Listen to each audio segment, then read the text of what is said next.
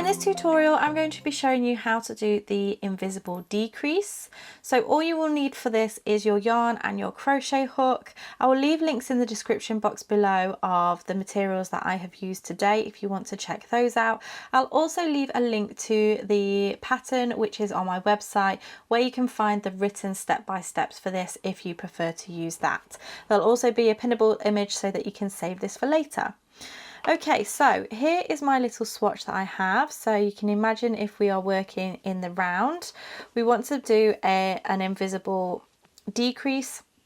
So as we're looking at my work, I have the right side facing and I'm working in a clockwise motion. So first of all, I'll just show you how we would do double crochet 2 together as a decrease. Remember, I'm working in UK terms. In the US, this would be single crochet.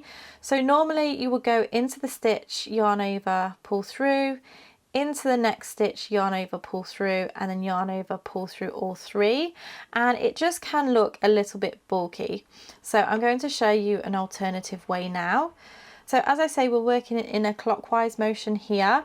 So for that, we will want to work into the front loops, the ones that are facing us.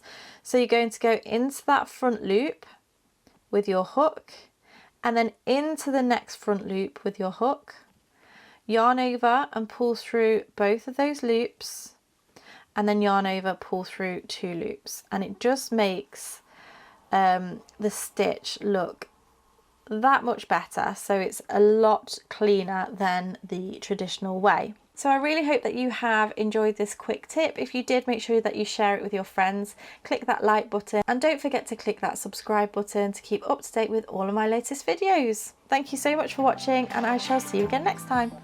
Bye!